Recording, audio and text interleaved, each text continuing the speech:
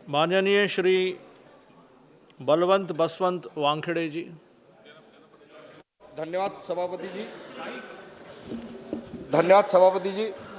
मैं यह महत्वपूर्ण मुद्दा इसलिए उठा रहा ताकि सदन और सरकार का ध्यान हमारे भारतीय सैनिकों के बहुत गंभीर और संवेदनशील और जरूरी मुद्दे पर दिलाया जा सके, जो देश की रक्षा के लिए जिम्मेदारी के साथ साथ दिन रात देश की सेवा करते हैं। अध्यक्ष महोदय, देश में भारतीय सैनिकों को ट्रेनिंग, ट्रांसफ़र, ऑपरेशनल यूनिट में रिपोर्टिंग, इमरजेंसी ड्यूटी और छुट्टी के बाद समय पर डिप्लॉयमेंट में पहुंचने के लिए काफ़ी हद तक रेल यात्रा पर निर्भर रहना पड़ता।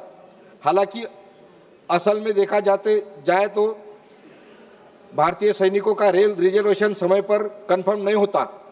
कई बार उनके टिकट वेटिंग लिस्ट में रहते हैं या यात्रा के आखिरी समय तक कंफर्म नहीं होता।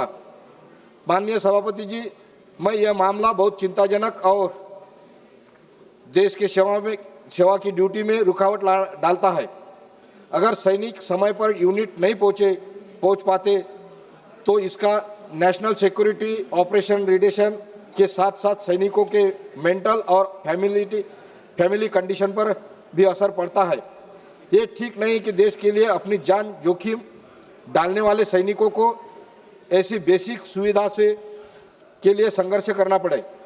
सभापति महोदय, यह जरूरी है कि केंद्र सरकार और खासकर रेलवे मंत्रालय देश की रक्षा के लिए तैयार सैनिकों को इस मामले में तुरंत दखल ले।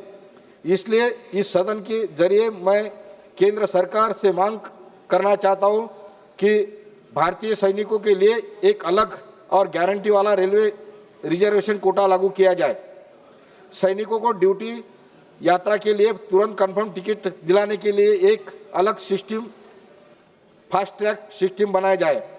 सभी बड़े ट्रेनों में सैनिकों के लिए खास सीटें रिजर्वेशन या पॉलिसी फैसला किया जाए। रक्षा मंत्रालय और रेल मंत्रालय के बीच में तालमेल बढ़ाकर सैनिकों के पहचान डिजिटल वेरिफिकेशन करके टिकट कंफर्मेशन के प्रोसेस में आसान बनाया जाए। इस बारे में साफ गाइडलाइन जारी की जाने के लिए मैं आपके माध्यम से अनुरोध करता हूं। माननीय श्री वंशी कृष्ण गद्दम जी। सर,